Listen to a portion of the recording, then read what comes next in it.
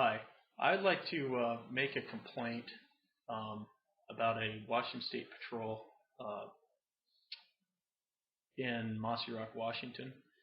Um, Several years ago, approximately in the evening, about 7 years ago, I believe, 7.5, I had a video party at my house, and we had an incident where a state trooper came up the road and spotlighted into my house. I didn't know what was going on, had no clue. He went up the road, came back down, pulled in my driveway, and continued to spotlight into my house. He took off, pulled out of the driveway, and took off down the road. I live on a hill, so I can see down the road quite a ways, and approximately a mile, and he went down the road at a very high rate of speed, reckless speeds, and waited down there at the end of the road. I could see the car down there, and as we were trying to find out what was going on, we realized that the girl that was my date for the evening was the ex-wife of this state trooper. About 5 minutes later, he came back up the house, pulled in the driveway at a very high rate of speed, again, driving recklessly on a small 2-lane road, pulled in the driveway, shined the spotlight again into the house, and turning on his red and blue lights, emergency lights.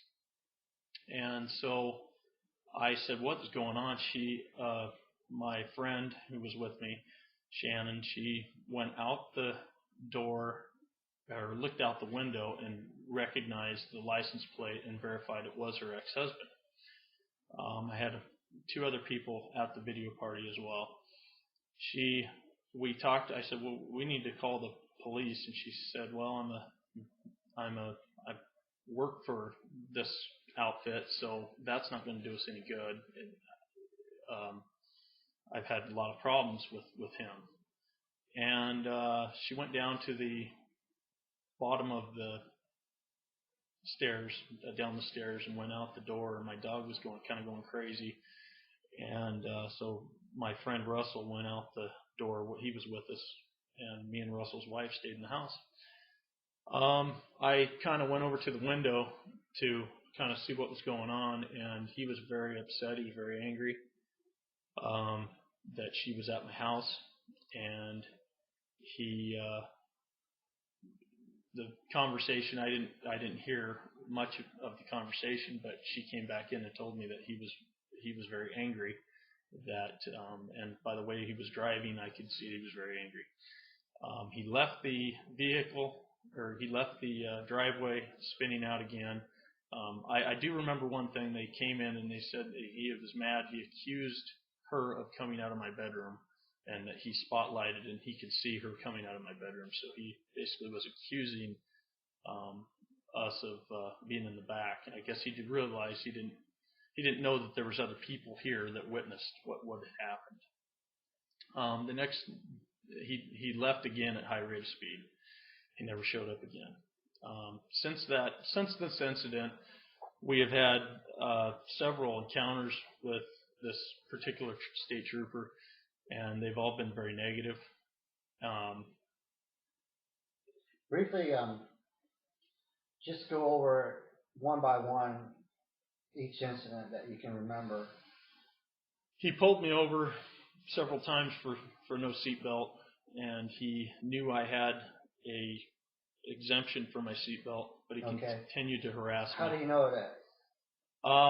Because I produced the proper paperwork, and he knew that I had but he continued to pull me over all the time. And when was the first time you remember him pulling you over? The first time he pulled me over was at the end of my road, and he pulled me over for seatbelt then. When was that? That was actually, I'm not sure when that was. Okay, when was it? The next incident? The next incident, he pulled me over again. He pulled me over again, I believe, with Russell, the guy that was with me, one of my friends. And then he pulled me over again after that when I was on my way to work, and then he pulled me over again. The last time, which was he pulled me over again, and this guy's the kind of trooper. Well, if he sees you pass a car, even if it's a legal pass, he will pull you over. Okay. And that's what happened. What was the most serious encounter you had with him? The most serious was recently when it was about a year ago, I guess. I believe it was June 22nd, 2009. He pulled me over for passing a vehicle, and then when he found out it was me, it was a legal pass. It was under 70 miles an hour for passing. He pulled me over for my car won't even go that fast. He said I was doing 80 miles an hour, and he only said that after he recognized it was me. What gives you the inclination that he's just making it up? Because my car won't do 80 miles an hour up the hill. It's a diesel. There's no possible way it can do. So what actually happened on that traffic stop?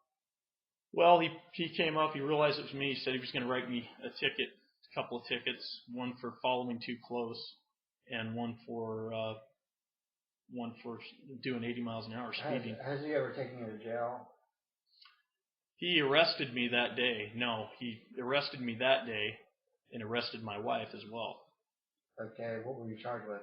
Obstruction of justice. Okay.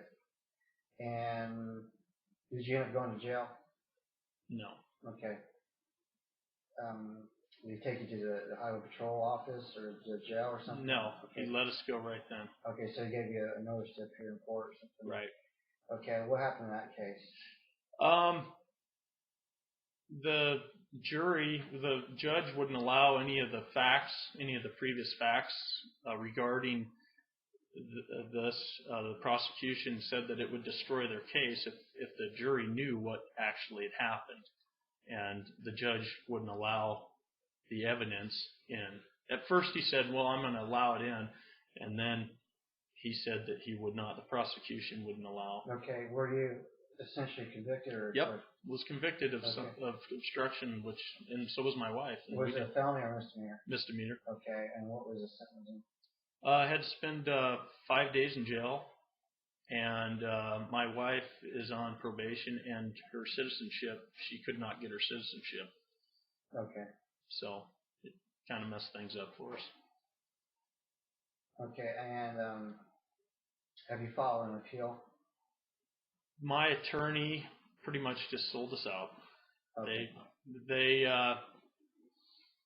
I'm not an attorney myself, but there was so much that was wrong